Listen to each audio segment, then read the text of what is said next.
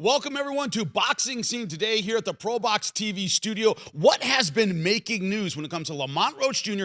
and Gervonta Davis? It has been the drama of an appeal, a knockdown that didn't happen, and the ins and outs of the legal wrangling. One thing we have not covered is what would happen in a rematch, and what do both fighters need to do? Jimmy Smith in studio alongside the champs, Chris Algieri and Paulie Malignaggi. Gentlemen, we've been talking about just what I said, the legal wrangling, the drama. What about the rematch itself? The way I see this fight, Chris, and the question that occurred to me as I was thinking of this topic this morning is Lamont Roach pitched a shutout and got a draw. It's almost like a baseball team, a 0-0 tie, and one guy pitched a perfect game. In the rematch, that next game, what do you do that you didn't do the first time? Is that a valid question? Well, I don't know if he pitched a shutout, but he definitely fought a perfect game. Perfect fight for him. For that fight, right? So above and beyond what we've ever seen from him, something that people who knew him and knew him personally knew that he has that in him, but being able to do it on the big stage underneath those lights, that's a whole different thing. He was able to do it. You know, it was packed in there. It was 19,000. I was in the room. I mean, they were literally booing him when he was on the Megatron above the ring. You know, so for him to walk into hostile territory, perform the way that he performed from beginning to end, I mean, I tip my hat. It was amazing. But in terms of pitching a shutout, I don't agree. It was a very, very close fight. No, but what I mean by it is the perfect fight. Can he elevate from that? Yeah. No, I absolutely understand. So in terms of can he elevate his performance? Yes and no.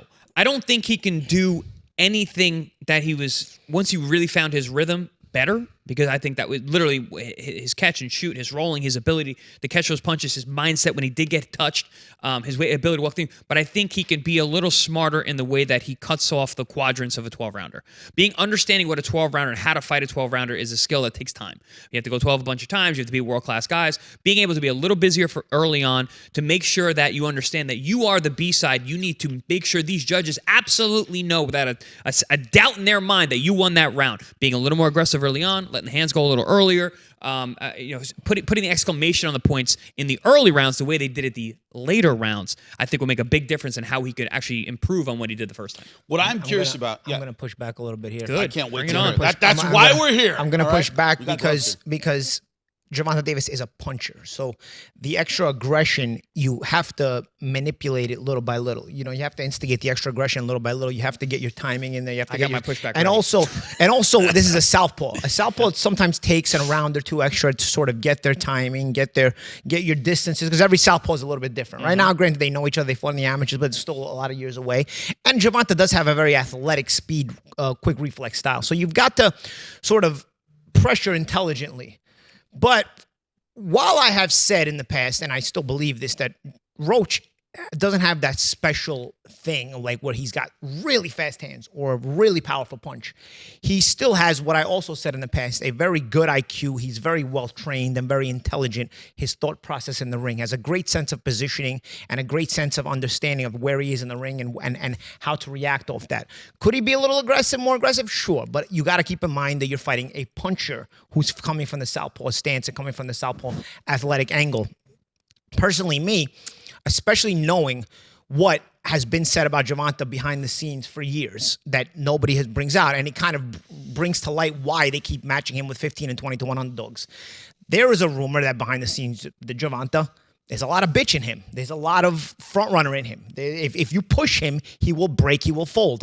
It starts to add up because Lamont is from the D.C. area. They kind of know this. They grew up around him. They fought in the amateurs. His father, who's his coach, has coached Gervonta in fights. So that thing sort of comes to light where it's been held back from the public with the limited opposition level that Gervonta's fought most of his career.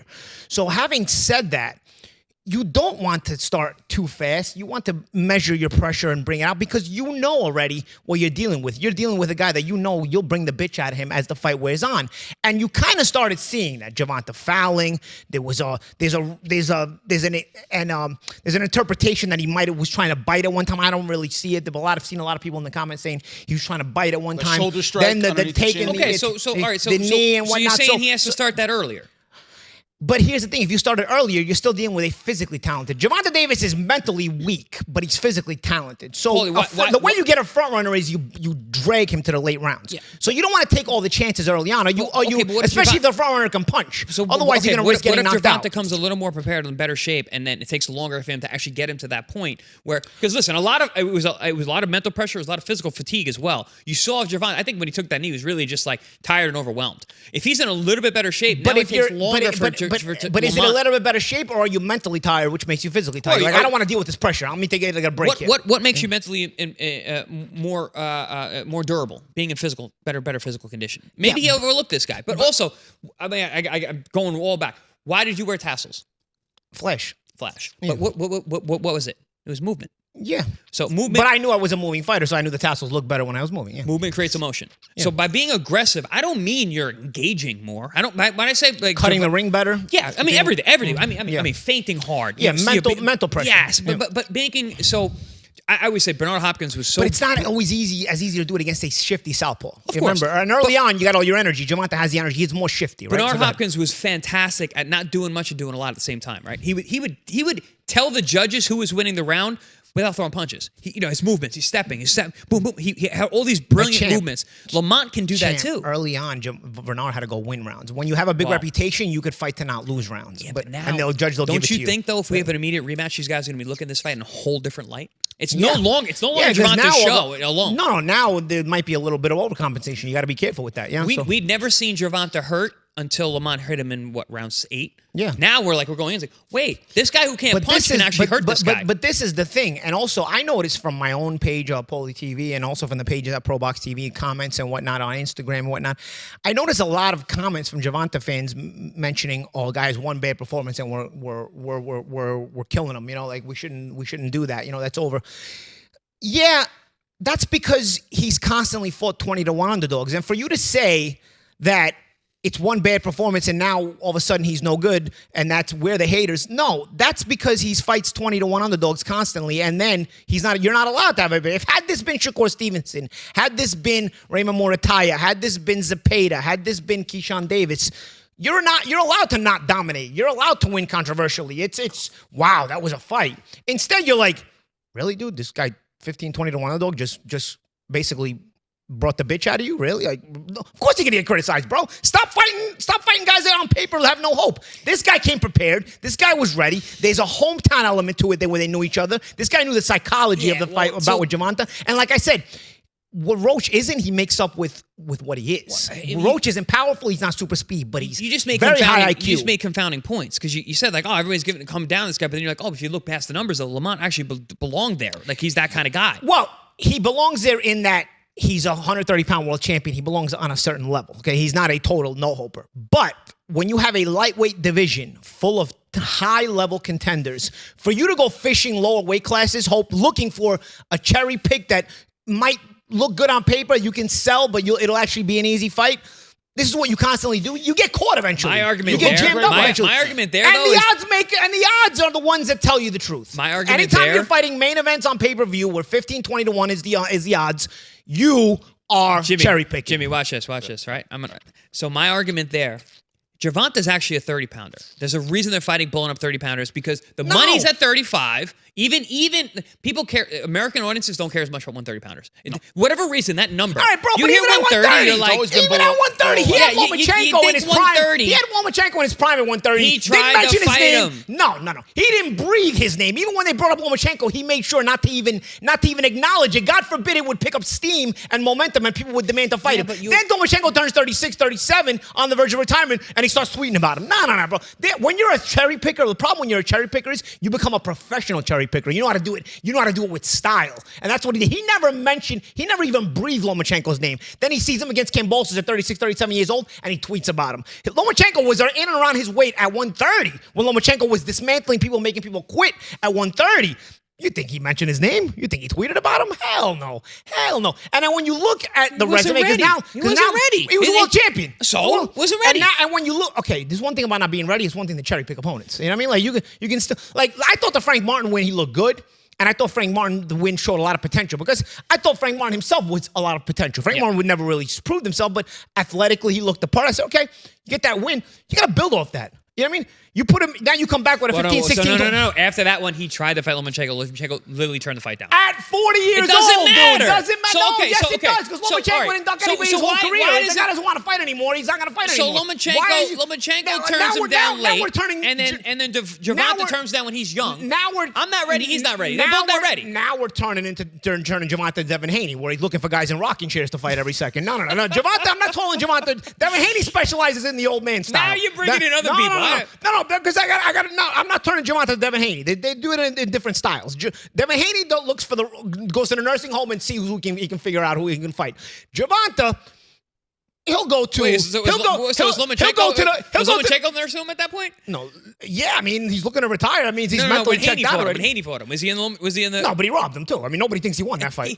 No. So you can't say that. You can't say that. That's a good win on paper. Him. Come on, he didn't. He didn't rob anything. Are you out of your mind? You don't get it. Listen. The guy. The odds always tell you because the money comes in. Okay, the odds always tell you. Juan Diaz didn't rob you. You got robbed. It's a different thing. You can't say that he robbed you. Okay. What? Obviously, Juan didn't rob me. The judges robbed me. Of course. That's my point. But you said Haney robbed gentlemen. This is war. All right, gentlemen, I'm keeping it here. Listen, but the other side of this coin, when we talk about he's cherry picking all these things, you talk about his physical talent. Chris, when we talked about Lamont Roach versus Gervonta Davis, the next day we came in, next time we had a show, you said his footwork wasn't there. He always starts slowly. It seems as though Gervonta has more to add to his skill set that we didn't see against Lamont Roach than Lamont Roach does. Is that a fair assessment of the rematch? I think looking from the outside in, just kind of objectively observing it, it's like, yeah, well, Lamont fought, like we've been saying, he fought like a perfect execution of what the game plan would be to fight Tank Davis. Tank Davis did not fight the perfect fight to fight a Lamont Roach. But was that because of Lamont's pressure? Was that because of the psychology? There's a psychology here that nobody's talking about. But what can he add? Of course, that's something. Yeah. But to me, it looks like there's more ground to make up for Tank than there is for Lamont to actually push himself further away. What if Tank became a ballsy fighter, which he's never been, according to everybody in the D.C. and Maryland area? You know, like, but there were it's all coming out. It's all coming out. It's already been known before, but we never got to see it because nobody pushed Tank. There were points early in that fight. I thought Tank was out hustling Lamont. He was just, Lamont wasn't taking charge early on, and Gervonta, who's normally stepping to him, but he was getting hit with straight left hands and getting turned and getting hit with straight left. His nose and mouth were red. But that's the thing. What Tank does, what Teddy Atlas yelled at Michael Moore about. Tank wants to be able to hit you and hope you leave him alone. And when you don't do that, he starts to fade and fold. Okay, that's not championship caliber mentality. We're talking about two guys who weren't big punchers.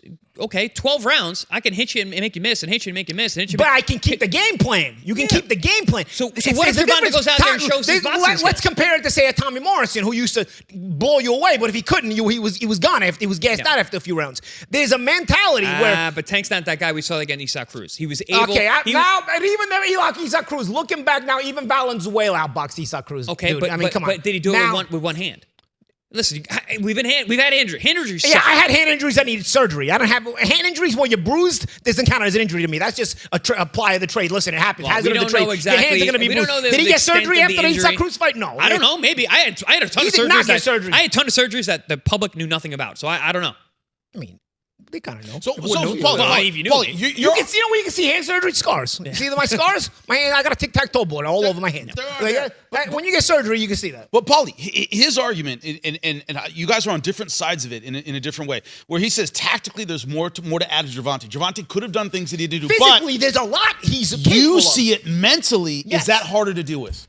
I believe so, because physically, Gervonta has all the goods. That's why he's sold as the product he's sold at. You look at Gervonta physically: speed, athleticism, power, timing, ability to change directions. If this guy has balls, he's really a pound-for-pound fighter that everybody claims he is. But because he doesn't have balls, I don't know that he's even a pound-for-pound fighter. I don't even know that he would be a lightweight champion if they didn't mix and match his opponents accordingly. You know what I'm saying? He probably shouldn't even be a lightweight champion now because Lamont Roach beat him the other week. I got a great saying. So you always say if my aunt had balls, she'd be my uncle. Yeah. If Gervonta had balls, he'd be pound for pound. Pound for pound. Is that maybe not king, but I'm not saying. I would agree. Listen, I'm not saying he doesn't have balls. I've seen lists. He's saying that. I've seen lists prior to the Lamont Roach fight where people had him like 4 or 5 on the pound for pound list, which I thought was blasphemy. I thought it was laughable. But honestly, if this guy had balls, I did. I had him top 5. Are you out of your mind? I had him number 5. Are you out of your mind? Doing what? He was consistently KO. That Frank Martin fight was very impressive. Chris, you're talking to me and I'm talking to you guys who had tough goes at it as far as the opposition we had to fight, okay? Yeah. On Tank's resume, we'd all be undefeated, okay? On Tank's resume, we would all be undefeated. So to your point they made earlier, like the fact that Tank is getting flamed after his performance against Lamont Roach. And he wouldn't be getting flamed if the struggle was against Shakur Stevenson, Keyshawn Davis, and Mortai. No, you don't think he's getting flamed because he struggled against that kind of underdog. That's my point. So we had some bad performances in our careers. Guess what? We came right back. We were able to fight in big fights because our strength of schedule was that impressive. His is not. So yeah, that's where the argument comes in. But listen, if he comes back and does what he's supposed to do, yeah, the strength of schedule is that impressive, but we didn't have networks that get to pay for you to fight the plumber either. You know what I mean? Like, so then you're going into politics of it. You built this, you manufactured this kind of star. Because again, I'm going to go back to what you were saying, Jimmy, because I lost my train of thought there. Talent, physical speed, power, all the goods is there. When you look at it, it's like all the goods are there.